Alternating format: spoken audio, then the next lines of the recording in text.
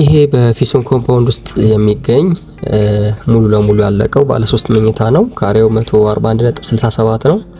ቤቱ ጋር የምናሟላው ነገር ኪችን ካቢኔት፣ ክሎዜት እና የባዝሩም እቃዎች፣ በር፣ መስኮት ሁሉም ነገር ጨርሰን እቃዎችን ብቻ ይዛችሁበት የምትገቡ ፉል ፊኒሽድ የሆነ ቤት ነው።